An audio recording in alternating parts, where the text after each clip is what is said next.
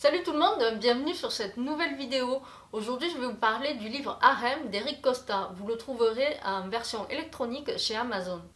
Ce roman raconte l'histoire d'Ameyal, une jeune fille dont le village est mis à sac par les Aztèques. Faite prisonnière, elle se retrouve enfermée dans un harem.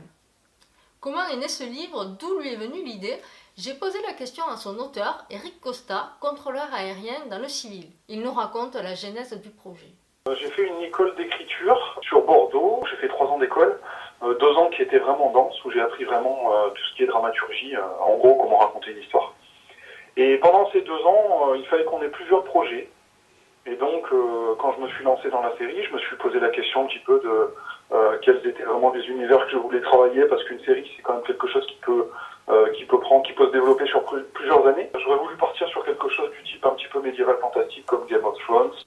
Finalement, Eric va choisir le Mexique ancien et l'Empire aztèque sur les bons conseils d'une amie et d'une anecdote en particulier. On a parlé d'abord du Japon médiéval, et puis ensuite elle m'a dit mais tu sais, dans le cadre de mes études à l'école du Louvre, là on est en train de travailler sur les Aztèques, et c'est assez intéressant. Et elle m'a raconté une petite anecdote, c'était qu'en fait l'Empire aztèque dominait plusieurs cités-États, et ces cités-États étaient redevables d'un tribut qui devait payer donc du coup à la capitale, Mexico Tenochtitlan, et parfois étaient organisés des razzias dans les villages pour récupérer soit des esclaves, soit des bijoux, des plumes ou des choses comme ça, des marchandises. Et donc là, en fait, j'ai eu l'idée d'une histoire qui partait de ça, qui partait d'une razzia avec un enlèvement d'un jeune garçon qui serait du coup amené à se venger.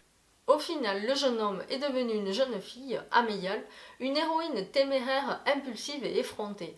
Quant au harem, il s'est imposé de lui-même à l'auteur, car ce lieu est un condensé de traîtrise, d'intrigues, mais aussi de sexe et de pouvoir. Harem n'est que le premier tome d'une série de 7. Oui, vous avez bien entendu, 7 tomes, c'est hyper ambitieux, mais Eric Costa a déjà tout planifié. Il nous explique d'ailleurs comment il va s'y prendre. 7 tomes, effectivement, c'est relativement ambitieux, mais on peut partir sur un livre en partant sur sur des idées comme ça de scènes dramatiques, mais il y a une autre façon de construire les histoires, et ça c'est un petit peu en parallèle, c'est aussi sur la thématique.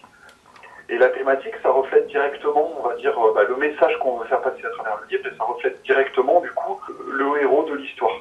En fait, le héros va apprendre, d'une certaine manière, des choses au long de l'histoire. Il va partir d'un état initial, il va arriver à un état final. Et moi, si tu veux, ce que j'ai fait, c'est que j'ai pris l'état initial, j'ai regardé quel état final je voulais pour mon héroïne, et j'ai défini, pour sa progression, pour qu'elle puisse arriver à cet état final, de son état intérieur à elle, 7 grandes étapes. Et du coup, par 7 livres, il est possible d'ailleurs qu'il y en ait un en plus.